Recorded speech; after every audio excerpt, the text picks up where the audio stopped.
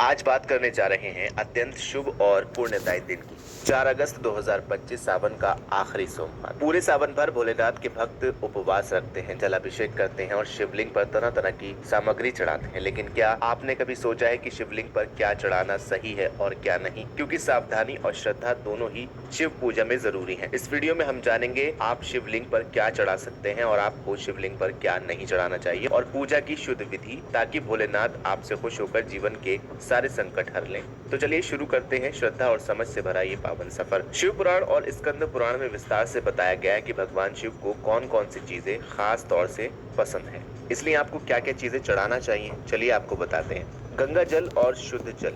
शिवलिंग पर सबसे पहले जल अर्पित करें, ये मन और आत्मा को शुद्ध करता है। इसके अलावा आता है कच्चा दूध। बिना उबाला हुआ शुद्ध दूध शिवलिंग पर चढ़ाने से पुण्य मिलता है और जीवन में शांति आती है। बेलपत्र, जिसे बिल्व पत्र भी कहते हैं, 3 पत्तियों वाला बेलपत्र भोलेनाथ को बेहद प्यार है। ध्यान रहे पत्र फटा हुआ ना हो। इसके अलावा बात आती है धतूरा और भांग की। ये शिव जी के प्रिय भोग माने जाते हैं, लेकिन इन्हें साफ करके चढ़ाएं। सफेद फूल जैसे कनेर, आंख या अपराजिता के फूल, ये शिव को बेहद प्रिय हैं। शहद और दही पंचामृत में मिलाकर शिवलिंग पर अर्पित कर सकते हैं। भस्म यानी कि राख, शिव को भस्म बेहद ही प्यारी है, इसे श्रद्धा से शिवलिंग पर चढ़ाएं। इसके अलावा ध्यान देने वाली बात यह है कि पूजा हमेशा तांबे के लोटे से करें, इसे सबसे पवित्र धातु माना जाता है। अब बात आती है कि शिवलिंग पर क्या नहीं चढ़ाना चाहिए। तुलसी के पत्ते। तुलसी माता भगवान विष्णु को समर्पित है, शिवलिंग पर तुलसी चढ़ाना वर्जित है। केतकी के फूल। एक बार केतकी ने झूठ बोला था शिव जी के सामने, तब से शिव जी ने इसे नकार दिया। इसके अलावा आता है नारियल जल। नारियल और उसका पानी शिव पूजा में नहीं चढ़ाया जाता। सिंदूर या हल्दी, ये देवी पूजा में प्रयुक्त होते हैं, शिवलिंग पर नहीं।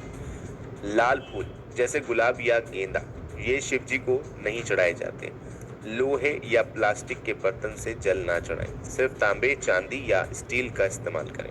हाँ, अगर अज्ञानता में गलती हो गई हो तो भोलेनाथ क्षमा भी कर सकते हैं, बस सच्चे मन से माफी मांगे। तो चलिए अब आपको बताते हैं सावन के आखिरी सोमवार को पूजा किस तरह करें। ब्रह्म मुहूर्त में उठें और स्नान करें। शिवलिंग पर पहले जल चढ़ाएं, ओम नमः शिवाय कहते हुए, फिर दूध, दही, शहद और पंचामृत चढ़ाएं। बेलपत्र अर्पित करें, उसका मुख नीचे की तरफ रहे। भस्म, भांग, धतूरा अर्पित करें। सफेद फूल और चावल चढ़ाएं। दीपक जलाएं और धूप लगाएं। आखिर में ओम त्र्यंबकम यजामहे महामृत्युंजय मंत्र का जाप करें। इस विधि से पूजा करने पर मनोकामनाएं पूरी होती हैं और शिव कृपा से जीवन के संकट दूर होते हैं। भोलेनाथ सिर्फ चढ़ावे से नहीं, भावना और सच्चे मन से खुश होते हैं। तो इस सावन के आखिरी सोमवार को शिवलिंग पर अर्पण करें श्रद्धा, संयम और भक्ति, क्योंकि भोले का दर है ऐसा दरबार, जो मांगे वो दे दे हर बार। फिलहाल इस वीडियो में इतना ही। अगर आपको ये जानकारी पसंद आई हो तो इसे लाइक करें, शेयर करें और चैनल को सब्सक्राइब करना बिल्कुल